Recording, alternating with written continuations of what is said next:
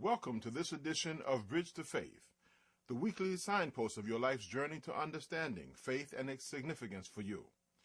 Today, we will explore the meaning of faith, belief and disbelief, as we bring to you our special guest, Sheikh Yusuf Estes. Salaam alaikum. Wa alaikum salam. Peace. You know what? I was listening to you talk about that, and I'm interested how we're going to jump into this topic. How will we approach it? Where are we going to start? Well, we'd like to start today with understanding the meaning of faith. Meaning of faith, like the dictionary version of it, or how different faiths look at faith? I think both understandings would help. Okay, well, we could go to Oxford's dictionary, Webster's dictionary, and Carta online dictionary. The bottom line is going to be, though, after you read all these different ones, how to pronounce it, where it came from, what's the source, is that it's still talking about believing in something with little or no proof. A lot of times faiths are based on conclusions that are heavily influenced by assumptions and predicated usually on a belief that someone else has already offered to them. In light of that, can you share with our audience, why is faith so important? Wait a minute, tell me, how did I do on that one? I think you did great, sir. Did I do good? Yes, okay, well, keep going there. All right. And you was asking about? I think it will be very important for our audience to understand, why is faith so important?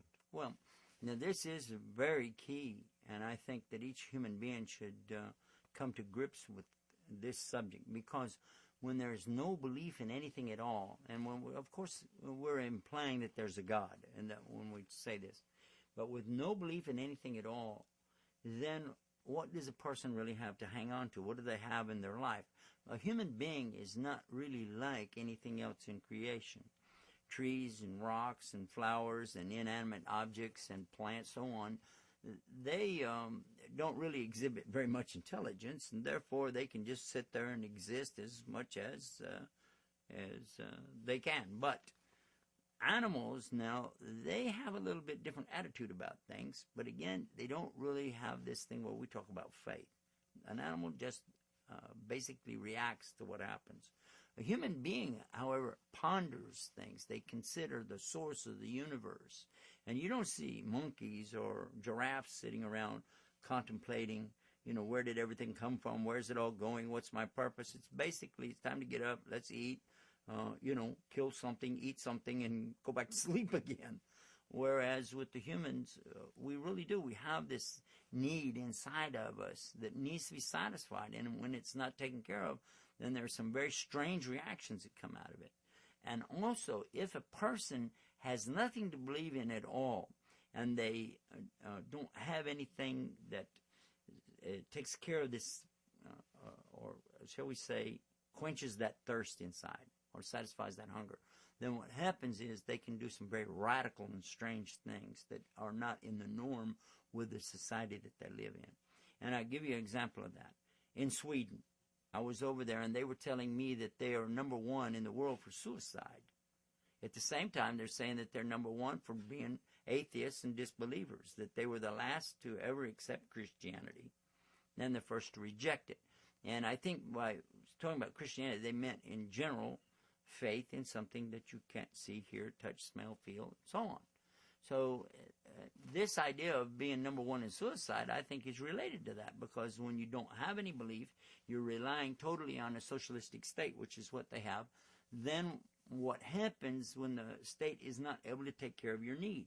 Yes, they can provide for you in a material sense in a lot of areas, and Sweden does. It's very interesting, their social system.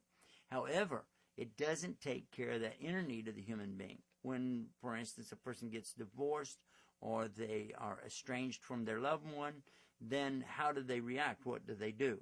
And you'll find this everywhere in the world. When a person's faith is really at the weakest level, then when these types of events take place, they're not able to deal with it. Now, share with us, Sheikh, is the term belief synonymous with faith? No. No, not at all. Can you explain the difference? Well, to believe something can be based on facts and evidences. I come to believe something based on a conclusion. I have a belief that if I go through a red light, without stopping, and there's a policeman there, I believe he's going to pull me over and give me a ticket. He might not. He might be busy doing something else. He might not see it. But I believe that the chances are very much in favor of me coming away with a ticket. The insurance going up now because that's what's going to happen. Now, there's knowledge, and knowledge to say that you know something. Now, to say I know. For instance, I know it's against the law to run through the red light. That's knowledge, clear and simple. And then to say that I may get this ticket from the policeman, that's a belief because it's most likely going to happen based on information's being fed in. But now when we talk about faith, that would be that you have faith that if you run through the traffic light, that number one, you're not going to get hit by a semi-truck. And number two, that you're not going to be seen by the police. Number three, you're not going to get a ticket, and so on and so on. So that's a faith in something. Maybe I used a bad analogy, but you can see the difference between the three things. Knowledge, and that's to know something based on very clear evidences that there's no doubt in it. But then belief, and that's going to be subjected only to some conclusions you're making. But then faith, this can be on anything. You can believe anything that you want to. It doesn't necessarily have to have any proof. Could have, but it doesn't have to have. Well, how'd that make sense? Yes, it did. It made a lot of sense. Cool. That leads us to the next question. And I was afraid it would. How does one go about obtaining faith in God without proof? A person can have faith in something just based on things that they make up themselves or that they hear from other people, things that they want to believe based on notions that they picked up from books, movies, just dreams, many things. Well, that means then that their faith really is not well-founded, and it could easily be shaken by events that take place that will counter their belief, or faith in this case. So are you saying then that one's faith should be supported by proof? Well, it doesn't have to be, but if it is supported with evidences and proofs, then their faith actually is becoming a belief instead of just faith. You follow that? Yes. And again, if the more belief that you have in something, this means there's going to be more evidences, and then when something happens to shake the faith, you can go back though and say, no, I have beliefs that cause me to hang on to this. Then the person who keeps insisting on more positive evidence, testable evidence, you will might say that way, then he is not going to be in the same condition as a person with zero evidence who is just trying to hold on to faith alone, because eventually that could falter. Before we conclude this segment of the program, if you could share with our audience, why should anyone have faith?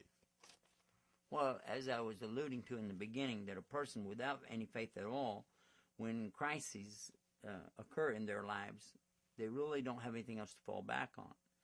Because if something happens to you, and let's say your relatives are some of the closest of the nucleus of your support group, but they're suddenly against you because of something that's taken place. Now who will you turn to? And if your closest friends are going to suddenly be against you, now where will you go? And if the things that you've been relying on as your support in times of crises are just not there, what will you turn to? What will you have? Maybe you say, I have my faith in my God or my gods or whatever it might be. Now, that's nice, but suppose that also gets tested in the process and there's nothing to hang on to now. That's when people will fall prey to these things such as drugs, alcohol, and a variety of other things that we don't even want to discuss, but then they could also commit suicide. And this is the ultimate, the worst. Well, thank you very much, Sheikh, for explaining the meaning of faith and belief. In our future segments, we hope to address the meaning of disbelief as well. Now, we'd like to invite you to stay tuned. For those of you who have thought that learning another language is out of reach, we invite you to sit back and enjoy how to learn Arabic in English.